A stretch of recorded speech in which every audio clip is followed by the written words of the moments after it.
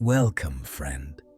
If you're here tonight, someone you love may be dying, or perhaps they've already gone, and the weight of that loss feels unbearable.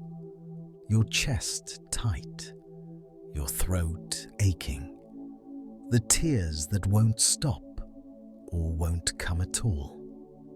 You're not alone. You can close your eyes now. Let your body settle wherever you are, in bed, on the couch, wherever feels safe tonight. There's nothing you need to be strong for right now, nothing you need to figure out, no one you need to take care of. For the next hour and a half, you have permission to simply be with what you're feeling. If you're lying here, you might be carrying something impossibly heavy. Maybe they're in a hospital bed right now, and you know the time is running out. Or maybe you just got the call, the diagnosis, the timeline. Months, they said, maybe weeks. And your mind can't stop racing. Did I say enough? Will they know? How will I survive this? Or perhaps they're already gone. And the silence in the house, in your heart, is deafening. This grief, this anticipatory grief, or this fresh, raw loss, it's one of the most profound pains a human being can carry.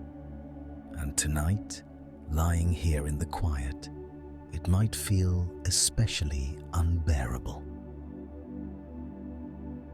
But here's what I want you to know. What you're feeling, this terror, this heartbreak, this desperate wish that things were different, it's not wrong. It's not too much. It's not a sign that you're failing at this. This is what love looks like when it meets impermanence. This is your heart breaking open because you cared so deeply. And tonight, we're going to explore something the Buddha understood 2,500 years ago. Something that might help you carry this unbearable weight just a little differently. Not by taking the pain away. I can't promise that. But by helping you find moments of peace within it. By teaching you how to be present with someone you love who's dying, or how to hold the memory of someone who's gone without being crushed by the fear or the grief. Tonight's journey will unfold gently. We'll begin by understanding the specific kind of suffering you're in, why anticipatory grief or fresh loss feels the way it does, and why it's so exhausting. Then you'll hear 3 stories. Real people who stood exactly where you're standing, who felt this same terror, this same unbearable ache, and who found a way to be present with dying or with grief that didn't destroy them. After that, we'll explore what the Buddha taught about death and impermanence. Not as abstract philosophy, but as practical wisdom you can use tonight. And we'll see how modern psychology, grief research, attachment theory, neuroscience confirms what the Buddha knew. Then we'll practice together. Simple, gentle practices you can use right now, tonight, and in the days ahead. Not to make the pain go away, but to help you stay present without being overwhelmed. By the end of our time together, you may find that your breath has slowed, your body has softened, and that while the grief is still there, it always will be, you're no longer fighting it. You're holding it with tenderness, with permission. Let's begin. First, let's understand what you're feeling right now. Imagine this. It's late evening. The house is quiet. They're in the next room, maybe sleeping, maybe just resting. And you're lying here, trying to find some peace before tomorrow comes. But your mind won't stop.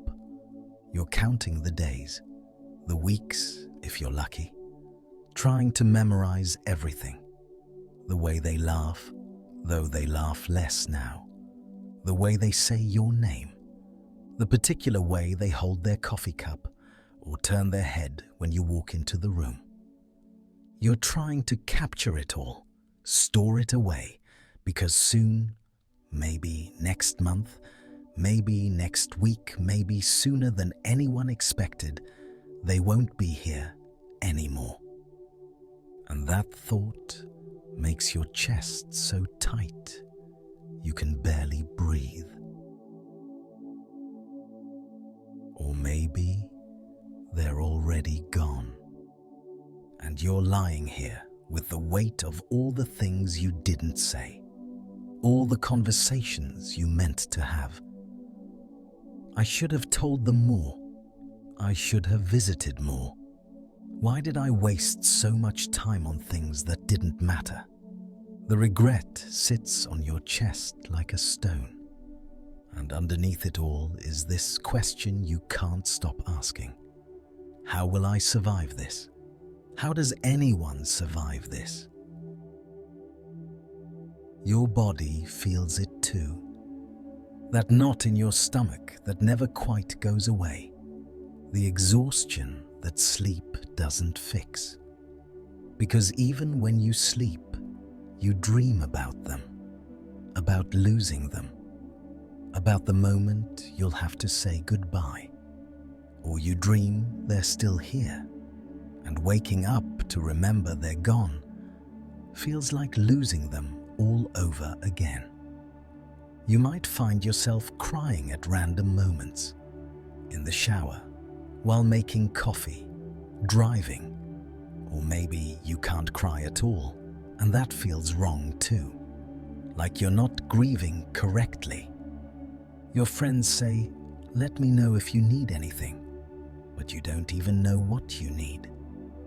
You just know that the world feels impossibly heavy right now. If this feels familiar, I need you to hear something. You are not alone in this.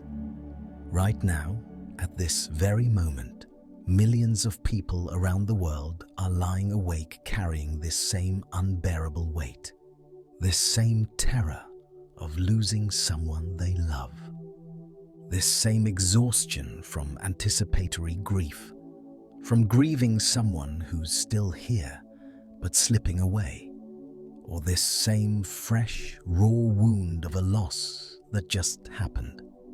Psychologists have a name for what you're experiencing before someone dies. Anticipatory grief. And research shows that 70 to 80% of people experience it when someone they love is dying. 70 to 80%. This isn't rare. This isn't you being weak or unprepared. This is your heart doing what hearts do when they love deeply and know that impermanence is coming. Here's what grief researchers have discovered. Anticipatory grief can be just as intense, sometimes more intense than grief after death, because you're holding two unbearable things at once. You're grieving the person they used to be while trying to be present for who they are now. You're mourning the future you thought you'd have together while trying to cherish the time that's left. You're exhausted from caregiving, from visiting, from the emotional labor of watching someone you love suffer. And underneath it all is this impossible tension. You want them to be at peace. You don't want them to suffer anymore. But that means you'll lose them. and you're not ready. You might even feel guilty for that thought. Am I a terrible person for wishing it would end? No, you're not terrible. You're human. You're caught between love and loss, and there's no comfortable place to stand. And if they've already died, the weight is different but just as heavy. There's the shock. Even if you knew it was coming, the reality of it feels surreal. There's the disorientation. Your routines are disrupted. Your identity feels shaken. You were a daughter caring for her mother, a husband tending to his wife. And now, who are you? There's the loneliness. Not just missing them, but missing the version of yourself that existed in relationship to them. And there's this strange guilt that comes in waves. Why am I still here and they're not? Should I be feeling this way? Is it okay to laugh again, to feel joy again? The grief doesn't follow a neat timeline. It comes in waves. Some days you're okay. Some days you're drowning. But here's what matters most, and please hear this. This pattern can shift. Not the grief itself. Grief is the natural response to love and loss. But your relationship to the grief, the way you carry it. People have walked this path before you.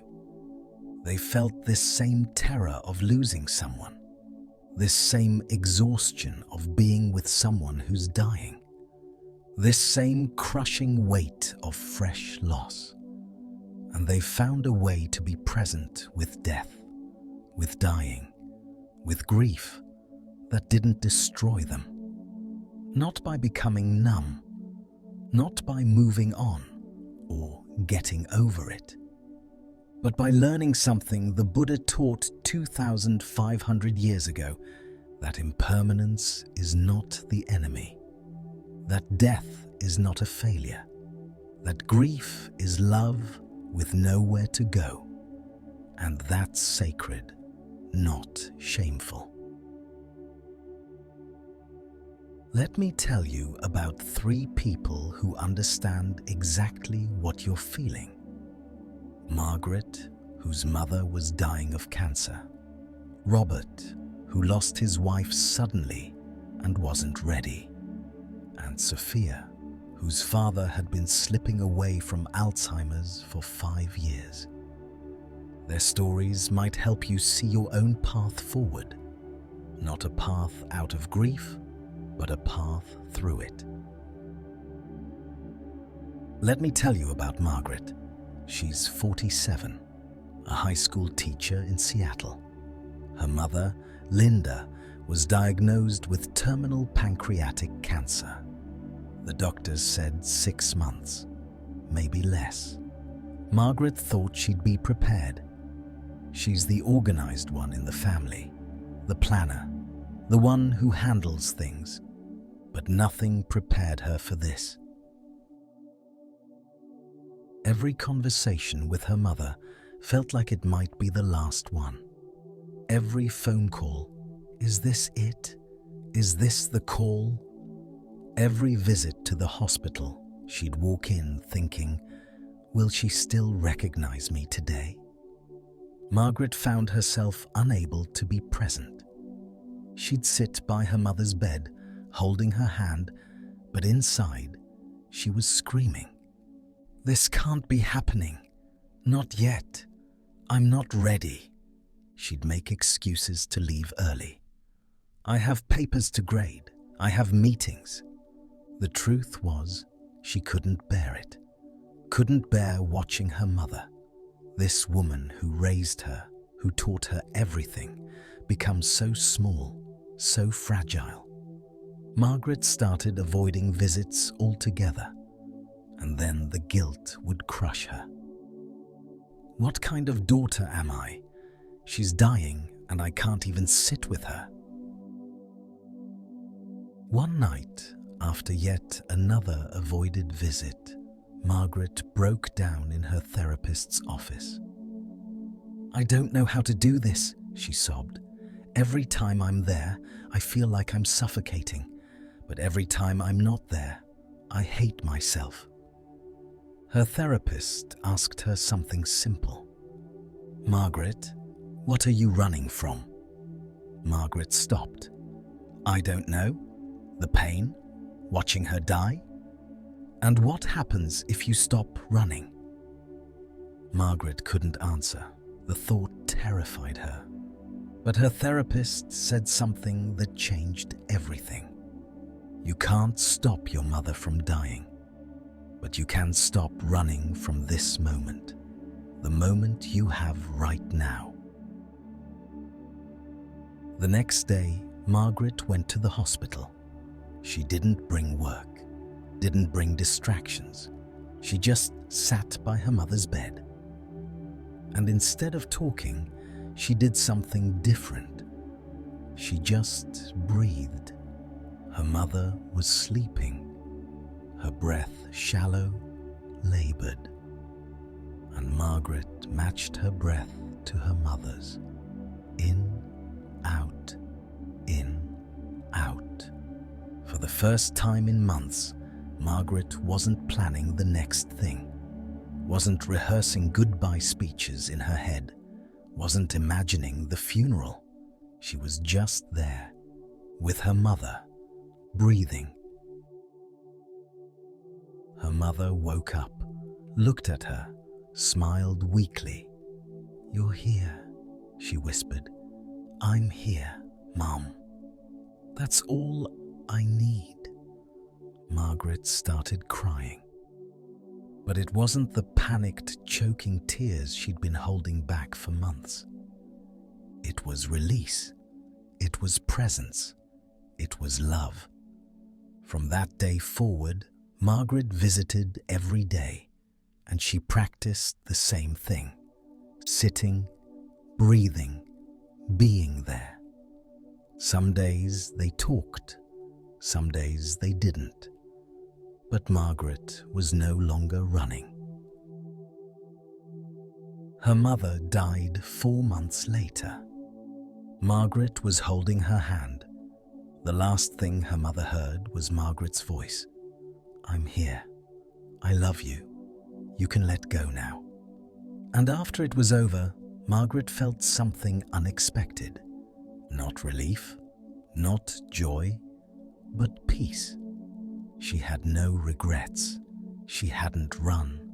She'd been there, fully, completely. And that made all the difference. Margaret's story teaches us something profound. You can't control when someone dies. You can't stop it. You can't prepare for it in the way you think you can.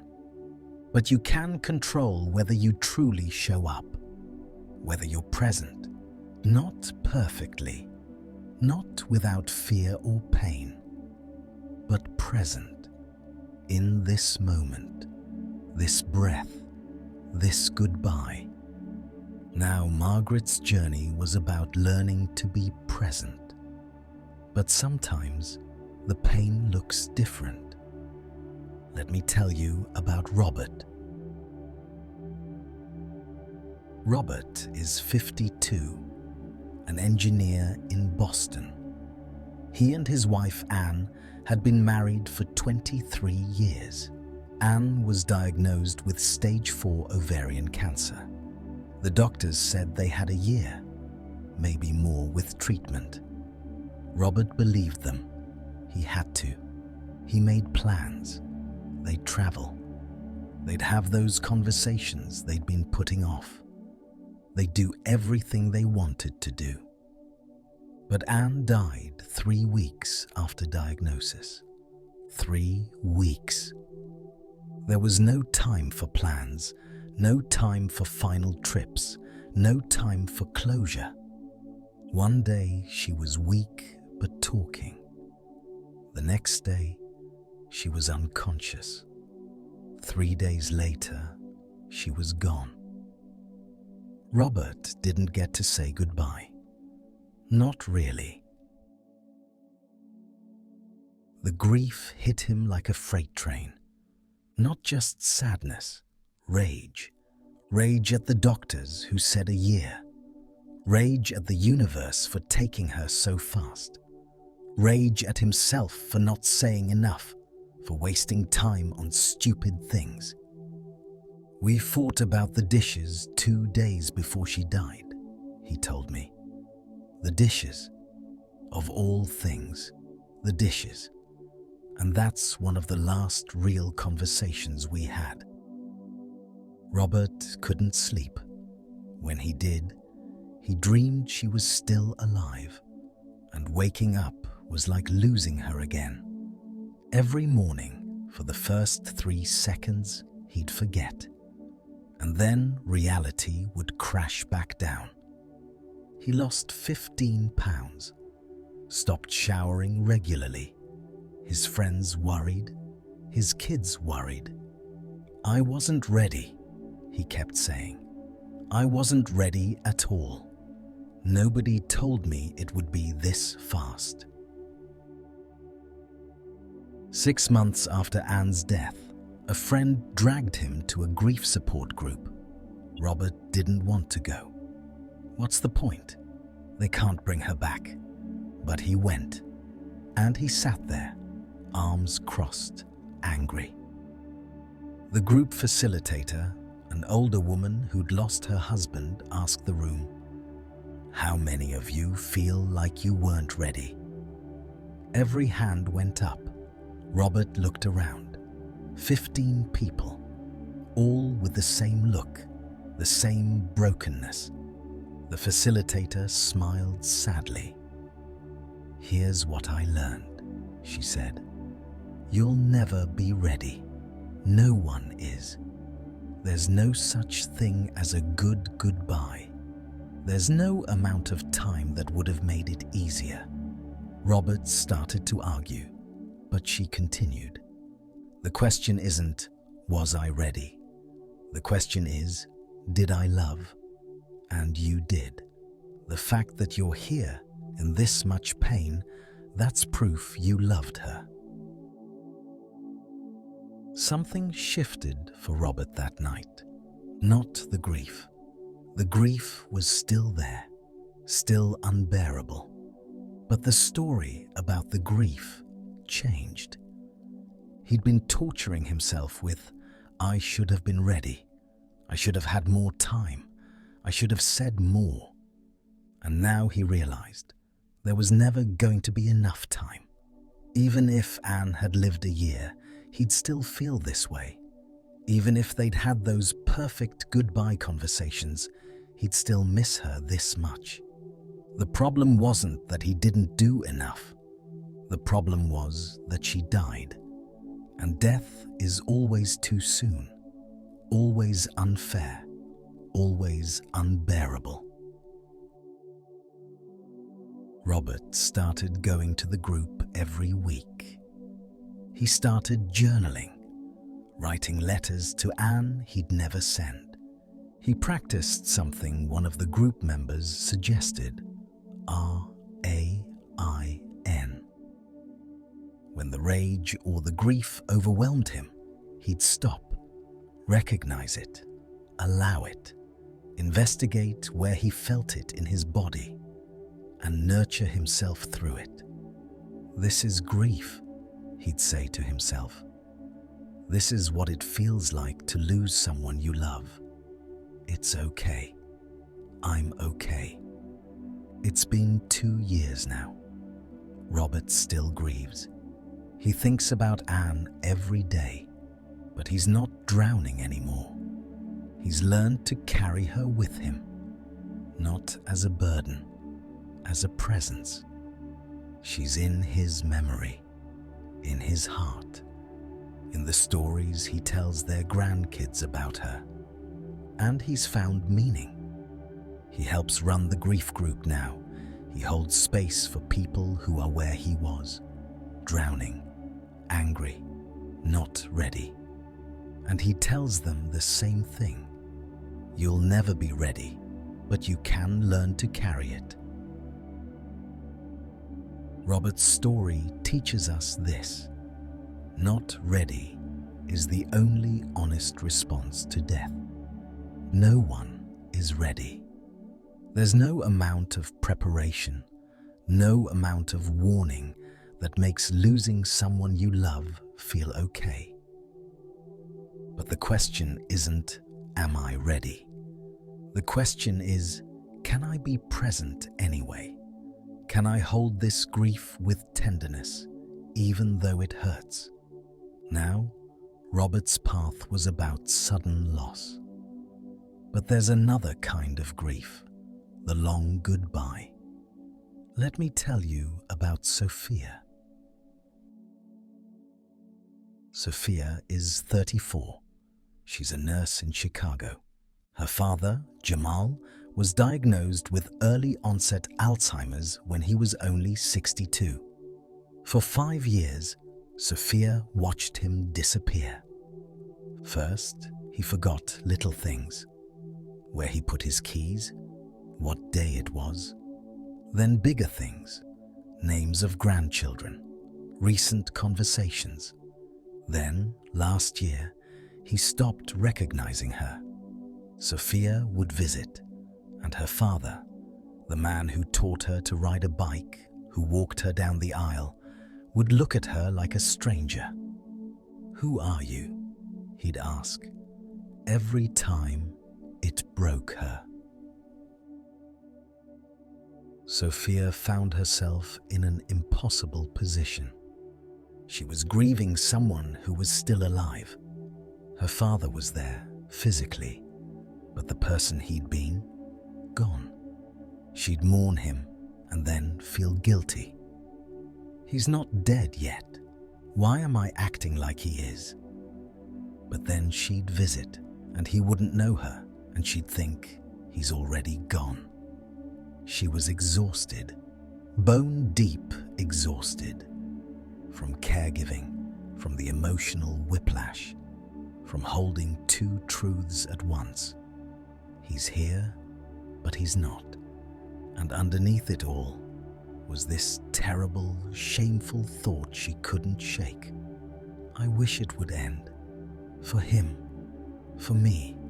I wish he'd just go. And then the guilt. What kind of daughter wishes her father would die? One day, the hospital chaplain found Sophia crying in the hallway after a visit. "I'm a terrible person," Sophia sobbed. "I keep wishing he'd die. What's wrong with me?" The chaplain sat with her, quiet for a moment. Then she said something Sophia had never considered. Wishing for his suffering to end isn't the same as wishing for his death. It's compassion. Sophia looked up, confused. You're watching someone you love suffer. Of course you want that to end. That's not selfish. That's love. The chaplain continued, "In my tradition, we have a practice. It's called letting go. You tell them, out loud or in your heart, 'I release you. It's okay to go.'" Sophia shook her head. "But I'm not ready." "You'll never be ready, but maybe he's waiting for permission. Maybe he needs to hear that you'll be okay." That night, Sophia sat by her father's bed. He was asleep. He probably couldn't hear her, but she said it anyway. "Dad, it's Sophia, your daughter. I know you don't remember me right now, but I remember you. I remember you teaching me to swim, how you'd catch me every time I was scared. I remember your laugh, how you'd tell terrible jokes just to make Mom roll her eyes. I remember everything, and I want you to know, it's okay. If you need to go, you can go. You don't have to hold on for me. I'll be okay. I'll miss you every day, but I'll be okay. You've been such a good dad. You can rest now." Sophia cried, but it was different this time. It wasn't guilt or frustration, it was release for both of them. Her father died 2 months later, and when Sophia got the call, she felt something unexpected: peace. She'd been saying goodbye for 5 years. In a way, she was ready. Not because the grief was less, but because she'd learned how to let go. She didn't have regrets. She'd shown up. She'd cared for him. She'd given him permission to go. And now, she helps other families at the hospital. Families with loved ones who have dementia. She tells them, you can grieve someone who's still alive. That's real. And it's okay to want their suffering to end. That's not cruelty. That's love. Sophia's story teaches us, sometimes the kindest thing you can do is let go. Not because you don't love them, but because you do. Death isn't the enemy. Suffering is. And sometimes love means saying, you can go. I release you. 3 people, 3 different deaths. Margaret, who learned to be present. Robert, who learned that not ready is the only honest answer. Sophia, who learned that letting go is an act of love. But notice what they all discovered. You can't control death. You can't stop it. You can't prepare for it in the way you think you can. But you can control how you hold this moment. You can choose presence over avoidance. You can choose self-compassion over guilt. You can choose to let grief be what it is: sacred, painful, and proof of love. So what made this possible for them? What teaching, what insight allowed them to transform their relationship with dying and death? This is where ancient wisdom meets the hardest moment of human life. Let's explore what the Buddha understood about impermanence, about death, about grief, and how it might help you tonight. Notice what all 3 people discovered. Margaret realized she couldn't stop her mother from dying, but she could stop running from the present moment. Robert learned that not ready is the only honest answer, and that grief is proof of love. Sophia understood that letting go isn't abandonment, it's compassion. 3 different journeys, 3 different kinds of loss, but one common thread running through all of them. They stopped fighting impermanence. They stopped demanding that things be different. And when they did, something shifted. Not the pain remained, but their relationship to it. This is exactly what the Buddha understood 2,500 years ago. The Buddha didn't start as a spiritual teacher. He started as a man who suffered. A prince named Siddhartha who had everything: wealth, family, comfort, and yet felt a deep, gnawing ache. He saw sickness, he saw old age, he saw death. And he asked the question you might be asking tonight: why must we lose the people we love? Why does everything beautiful have to end? He spent years searching for an answer, trying different teachers, different practices, different philosophies. And here's what he finally discovered. Not through books, but through direct experience, sitting under a tree. Impermanence is not the problem. Resisting impermanence is the problem. The Buddha taught something called anicca, impermanence. Everything changes. Nothing stays. Your body changes. Your thoughts change. Seasons change. Relationships change. And yes, life ends. Everyone you love will die. Everyone. This sounds unbearably bleak. Like nihilism. Like nothing matters. But that's not what the Buddha meant. He wasn't saying nothing matters because everything ends. He was saying everything matters precisely because it ends. There's a story the Buddha told. Once, a woman came to him carrying her dead child.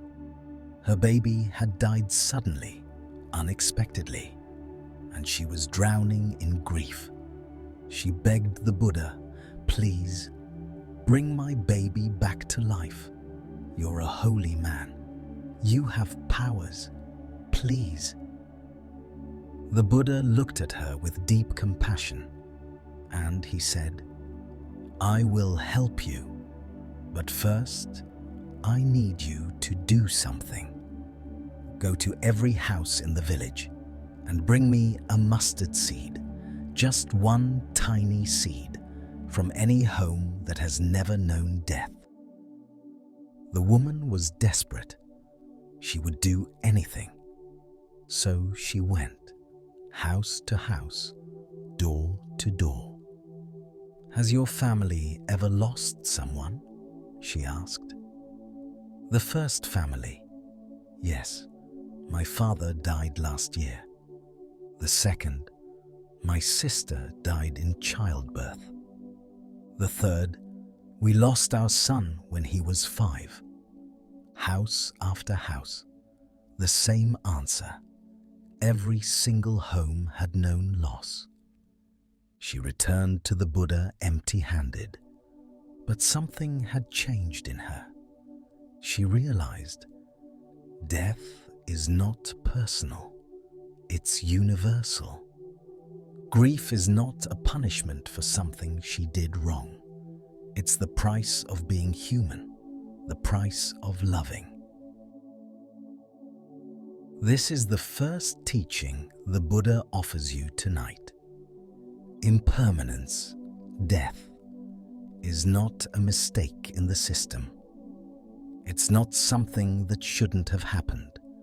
It's woven into the fabric of existence itself. Your person is dying or has died, and that's unbearably painful. But it's not evidence that something went wrong with the universe. It's not proof that you failed. It's proof that you're alive, that you love, that you're human.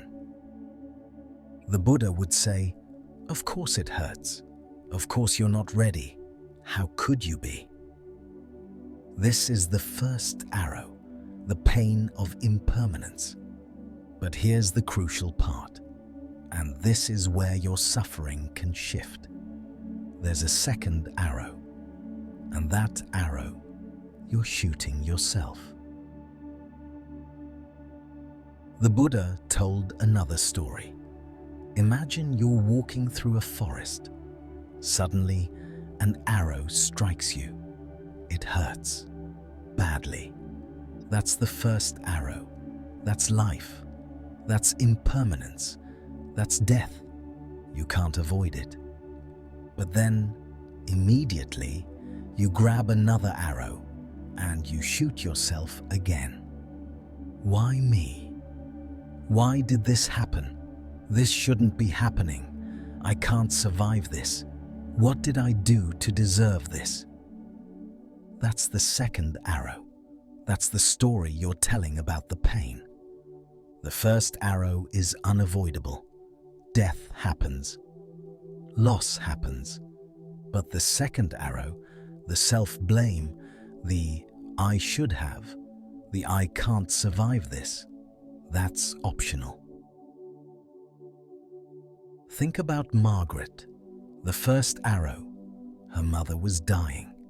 Unavoidable, unbearably painful. The second arrow, I'm a terrible daughter for not wanting to be there. I should be stronger. I should be able to handle this. When she stopped shooting the second arrow, when she stopped judging herself for finding it hard, she could finally be present. Think about Robert. The first arrow, Anne died suddenly. No time to prepare. Devastating. The second arrow, I wasn't ready. I should have said more. I wasted time. I'm failing at grief. When he learned that not ready is normal, that there's no right way to grieve, the second arrow stopped. Think about Sophia. The first arrow, watching her father disappear for 5 years. The second arrow, I'm terrible for wishing it would end. Good daughters don't think like this. When she learned that wishing for his peace isn't cruelty, it's compassion, the guilt lifted. So tonight, lying here, ask yourself, what's the first arrow? The unavoidable pain? And what's the second arrow? The story you're telling about it. Maybe the second arrow sounds like, I should have visited more. I should be stronger. I should be over this by now. I can't survive this. This shouldn't have happened. Those thoughts aren't helping you grieve. They're adding suffering to your pain. The Buddha would say, let go of the second arrow. Not the grief, never the grief, but the judgment, the should. The story that you're doing it wrong. You're not doing it wrong. You're grieving, and grief is sacred. Now, the Buddha taught something else, something even more radical. He taught that clinging, desperate attachment, is what turns pain into suffering. And before you misunderstand, let me be clear. He wasn't saying, don't love people. He was saying, notice the difference between love and desperate clinging. Love says, I care about you. I cherish you. I'm grateful for the time we have. Clinging says, I can't survive without you. You have to stay. I need you to be okay so I can be okay. Do you see the difference? Imagine holding sand in your hand. If you hold it gently, with an open palm, the sand stays. But if you grip it tight, terrified of losing it, it slips through your fingers. The tighter you hold, the more you lose. This is what the Buddha meant by clinging. When someone is dying or has died, there's a natural temptation to grip harder. I have to keep them alive in my mind exactly as they were. I can't let go. If I let go, I'm betraying them. I have to hold on to this grief. It's all I have left. But the Buddha would say, you can love them without clinging. You can honor them without suffocating yourself. You can grieve without drowning. Margaret learned this. She couldn't keep her mother alive by gripping tighter, by running from the hospital, by refusing to accept what was happening. What helped was opening her hand, being present, breathing with her mother, letting each moment be what it was. Robert learned this. He couldn't bring Anne back by torturing himself with, I should have, by gripping onto the idea of a perfect goodbye that never happened. What helped was releasing the grip, accepting that there was never going to be enough time, and carrying her memory with an open heart. Sophia learned this too. She couldn't stop her father's disease by holding on tighter, by refusing to say goodbye, by feeling guilty for wanting his suffering to end. What helped was letting go, not of her love, but of the desperate need for things to be different. Now you might be thinking, this is beautiful ancient wisdom, but is it real? Can it actually help? Here's what's remarkable. Modern psychology is confirming exactly what the Buddha taught. Grief researchers like Dr. Robert Niemeyer have studied what he calls complicated grief. Grief that gets stuck, that doesn't move. And what makes grief complicated? Fighting it, judging it, believing you should be over it by now. In other words, the second arrow. The research shows people who can accept their grief without judgment, who can let it be what it is, move through it more gently, not faster. There's no timeline, but more gently. Dr. Mary. Francis O'Connor, a neuroscientist who studies grief, put people in brain scanners and showed them pictures of their deceased loved ones. What she found was remarkable. The brain treats grief like a learning process. Your brain is learning to live in a world where this person is no longer physically present. That takes time. It's not something you can rush. It's not something you can get over. It's neuroplasticity, the brain slowly, gradually rewiring itself. And what helps that process? The same things the Buddha taught: acceptance, self-compassion, presence. There's another concept in psychology called continuing bonds. For years, therapists told grieving people, you need to let go, move on, detach. But new research shows that's not how healthy grief works. People who grieve well don't detach. They transform the relationship. They carry the person with them. Not as a ghost they're clinging to, but as a presence, a memory, a part of who they are now. This is exactly what the Buddha meant. Not clinging, but not abandoning either. Loving them, honoring them, carrying them, but with an open hand. And one more piece of science that might help you tonight. Dr. Stephen Porges, who developed polyvagal theory, explains that grief lives in the body. When someone you love dies, your nervous system goes into survival mode. Your body is scanning for threat. Your heart rate increases. Your breathing becomes shallow.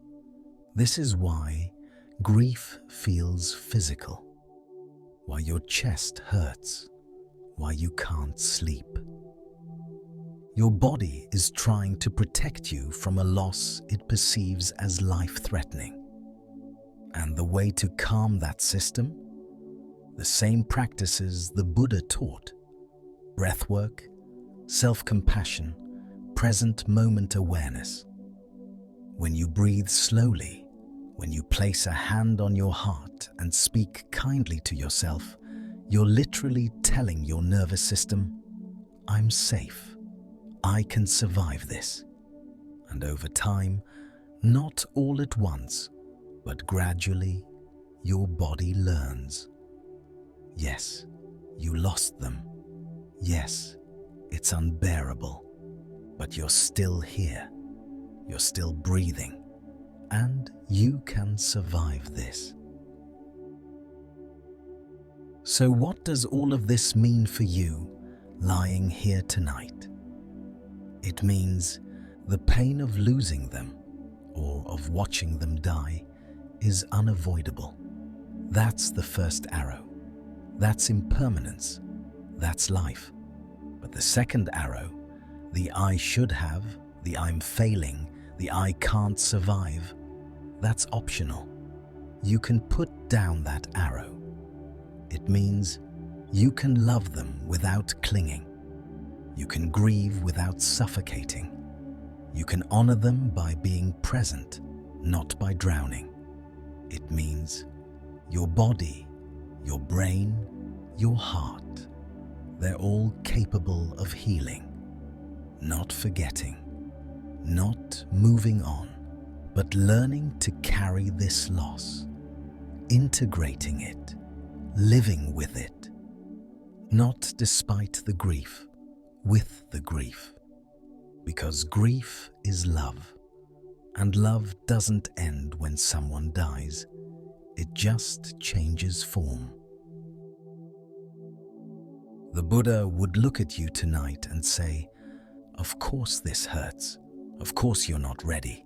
How could you be?" But you don't have to fight the impermanence. You don't have to judge yourself for how hard this is. You can be with it, present, open. And in that presence, you might find something unexpected. Not the absence of pain, but peace within the pain.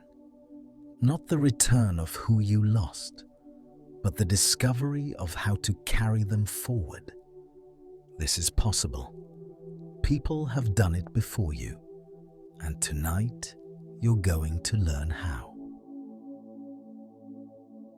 Now, let's move from understanding to practice, from insight to action, everything you've learned tonight. The Buddha's teaching on impermanence, the stories of people who faced loss, the science that confirms change is possible. All of it comes down to this question: what can you do? Not someday, not when you're ready. Tonight, right now, in this moment, when the grief feels heavy or the fear feels unbearable. Here's what I want you to know first. You don't have to do all of this perfectly. You don't have to remember every practice. You don't have to become someone who never feels sad, who never feels afraid, who has completely accepted death. That's not the goal. The goal is much simpler: to have tools you can reach for when the pain shows up, to know you're not powerless, to learn that you can hold grief without being crushed by it. Progress, not perfection, one breath at a time. And please, be patient with yourself. If you're facing loss, your nervous system is in survival mode. Your brain is trying to protect you from unbearable pain. So if these practices feel hard at first, that's normal. That's not failure. That's your system learning a new way to hold pain. Give yourself time. Give yourself grace. Let's begin.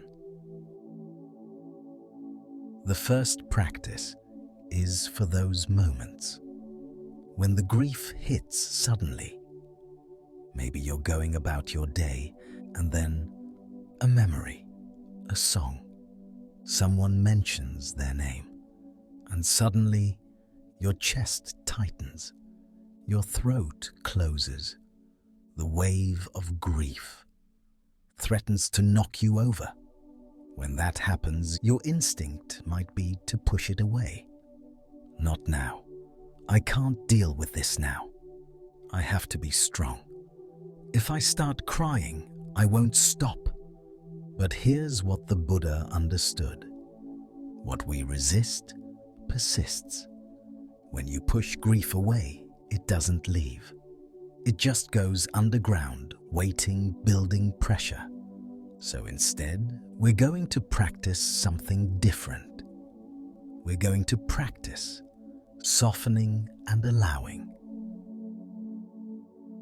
Let's try it together now. Think of someone you've lost or someone you're losing. Let their face come to mind. Notice what happens in your body. Maybe your chest tightens. Maybe your eyes well up. Maybe you want to look away from this feeling. That's okay. Just notice. Now, instead of pushing it away, say silently, "I can make space for this." Not, "I have to fix this."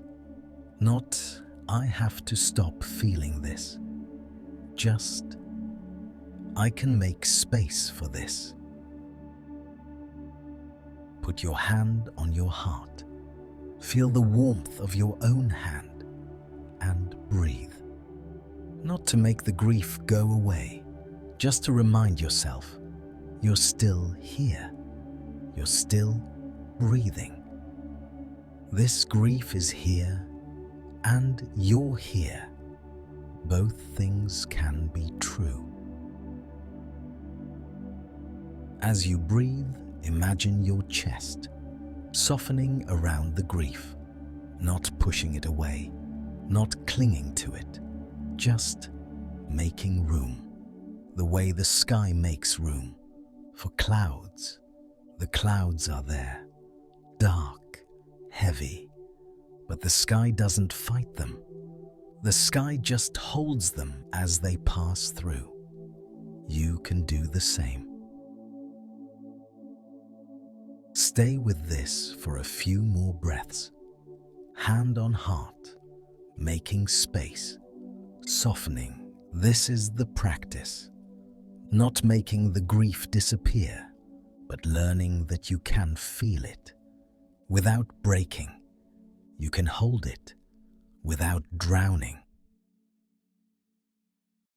Use this whenever the grief ambushes you in the middle of the grocery store, driving to work, lying in bed at night. Wherever you are, stop, hand on heart. I can make space for this. Soften, breathe. That's it. That's the practice. The second practice is for those of you whose person is still here, still alive, but slipping away. You might be visiting them in the hospital or caring for them at home, and every conversation feels weighted. Is this the last time? Did I say what I needed to say? Are they really hearing me? There's this pressure to make every moment perfect, every word meaningful. But that pressure, it actually gets in the way of real connection. So here's a different practice. Tomorrow, when you see them, don't try to have the perfect conversation. Don't rehearse your goodbye speech. Don't try to fix anything or say everything you think. You're supposed to say, just be with them, fully, simply. Sit beside them, hold their hand if they're able, and match your breath to theirs, not controlling it, not changing it, just breathing together, in, out, in, out. You don't have to say anything profound. You don't have to say anything at all. Sometimes the most loving thing you can do is just be present. Your presence, not your words, is the gift. Because here's what dying people need most. Not to be fixed, not to be cheered up, not to hear that everything will be okay. They need to know they're not alone, that someone is willing to be with them in this. And you're doing that just by being there, just by breathing with them. If words come, let them be simple. I'm here. I love you. You're not alone.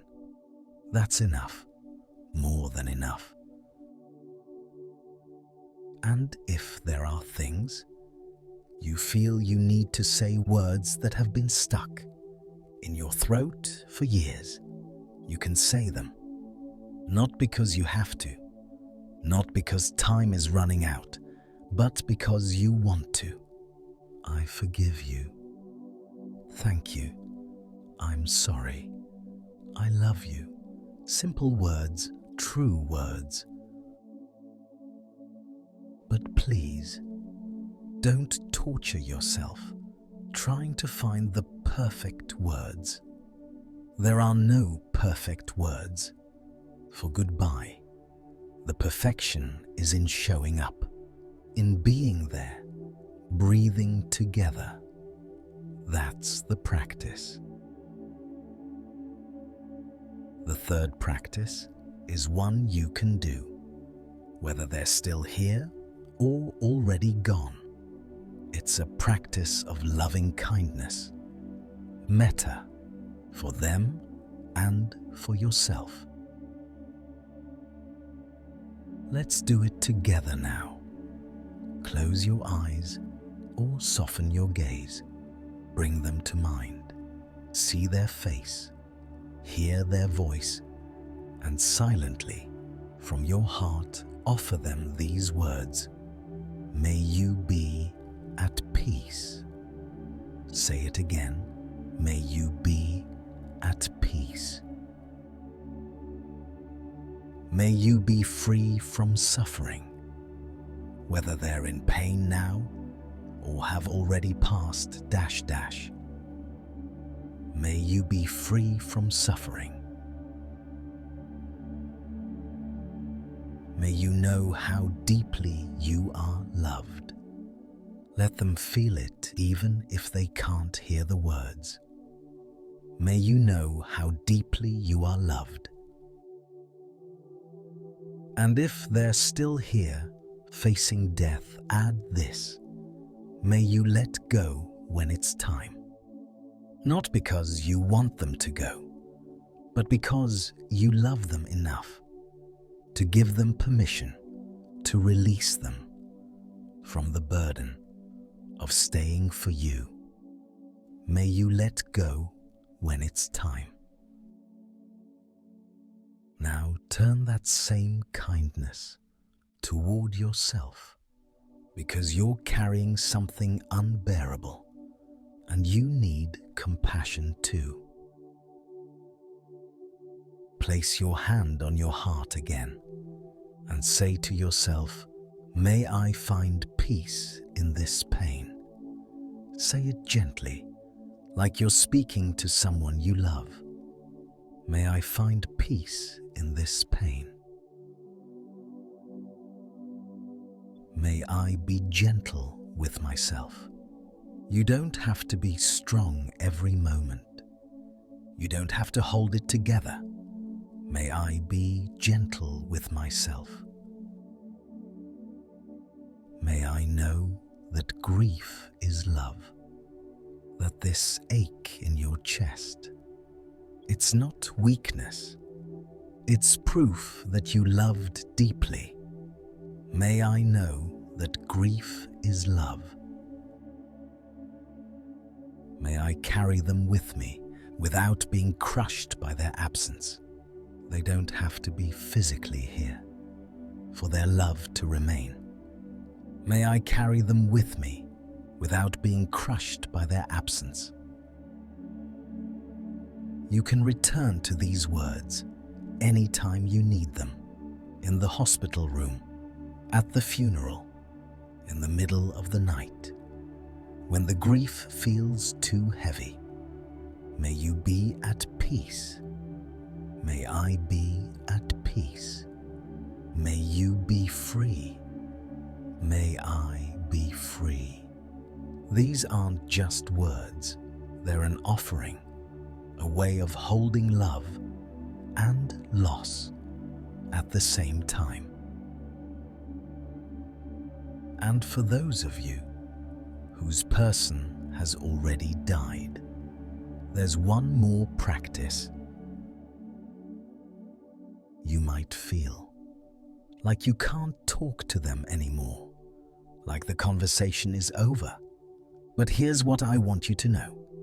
You can still speak to them, not because they'll answer back, but because love doesn't end. When someone dies, the relationship continues. It just changes form. So if there are things unsaid, words you wish you'd spoken, say them now, out loud or in your journal or in the quiet of your heart. Tell them what you need to tell them. I miss you. I'm angry you left. Thank you for loving me. I forgive you. I'm sorry. Whatever needs to be said, say it. They may not answer in the way you wish they would, but something in you will feel the relief of finally speaking. And then, when you're ready, ask for their blessing. Not in a religious way, unless that resonates, but simply, help me carry this. Help me find my way forward. Stay with me in the love we shared. Because they do stay with you, in your memory, in your heart, in the way you move through the world, because of how they loved you. They're not gone completely. They're woven into who you are. So now you have tools. When the grief ambushes you, soften and allow. Hand on heart, make space. When you're with someone who's dying, just be present. Breathe together. Simple words. Anytime you need to send love. Metta practice. For them and for you. If they've already gone, speak to them. Ask for their blessing. Know they remain in you. You don't have to do all of these. Pick one, the one that feels most accessible in this moment, and try it just once. See what happens, that's all. Because here's the truth.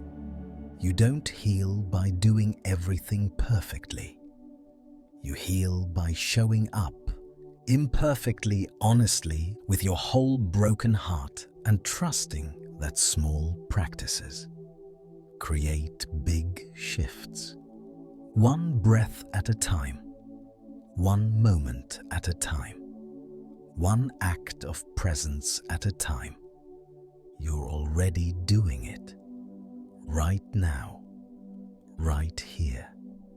You showed up tonight to be with your grief. That's the practice. Now, let's bring everything together and guide you into rest. Tonight, you heard 3 stories. Margaret, who learned to be present with her dying mother, who stopped running from the hardest moments and discovered that presence, simple, imperfect presence, was the greatest gift she could give. Robert, who lost his wife suddenly and learned that not ready is the only honest answer. That grief is not something you overcome, it's something you learn to carry. And Sophia, who cared for her father through 5 years of decline and discovered that letting go is not abandonment, it's compassion. You learned the Buddha's teaching about impermanence, that death is not a mistake, it's woven into the fabric of existence itself.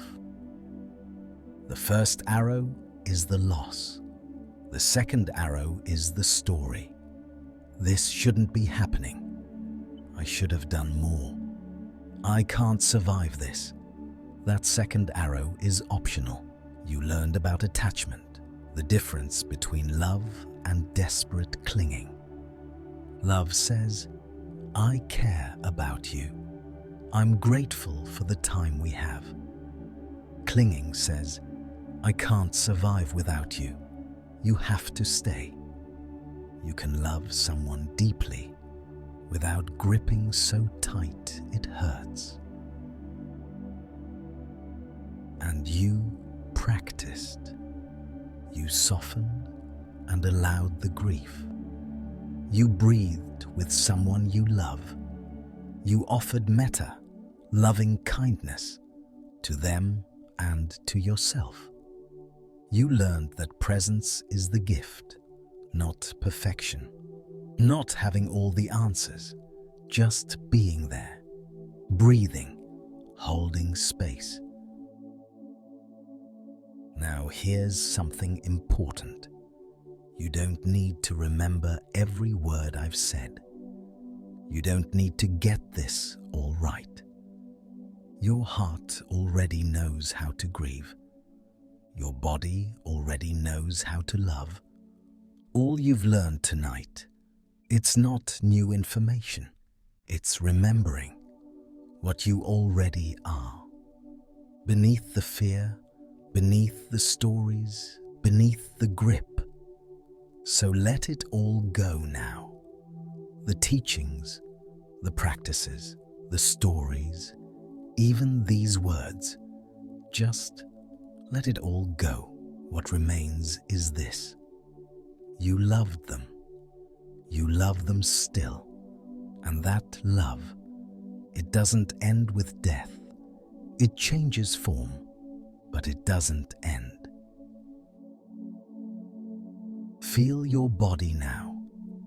Notice how heavy it's becoming. Your head sinking into the pillow, so heavy. Your shoulders melting down.